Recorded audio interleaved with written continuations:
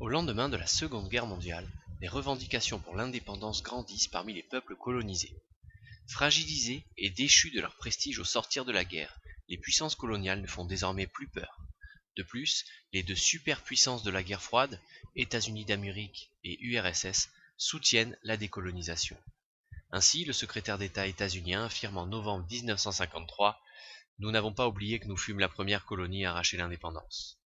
De son côté, l'URSS se présente volontiers comme le seul vrai défenseur de la liberté et de l'indépendance de toutes les nations. Cela semble clair dans l'esprit des dirigeants de l'époque, les peuples ont le droit de disposer d'eux-mêmes. C'est sur le continent asiatique que débute alors le processus de décolonisation qui aboutit à l'indépendance et l'autogestion des territoires pendant longtemps occupés par les puissances européennes. En 1945, le Vietnam se déclare indépendant, suivent l'Inde et le Pakistan en 1947, la Birmanie en 1948.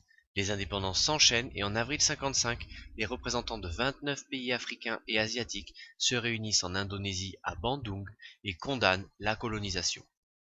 Le processus entamé de lutte pour l'indépendance s'étend et s'accélère alors. À la décolonisation de l'Asie succède celle de l'Afrique. Les anciennes colonies britanniques, qui reliaient le célèbre axe allant du Cap au Caire, prennent leurs indépendances. Dans le même temps, la France reconnaît l'indépendance du Maroc et de la Tunisie en 1956, mais elle refuse de décoloniser l'Algérie, joyau de son empire, où vit une importante communauté française, mais où la population musulmane est majoritairement maintenue à l'écart des progrès économiques et sociaux. Pas de place ici pour une indépendance négociée telle qu'elle s'est opérée entre Britanniques et Indiens. C'est par la violence que l'Algérie obtient son indépendance.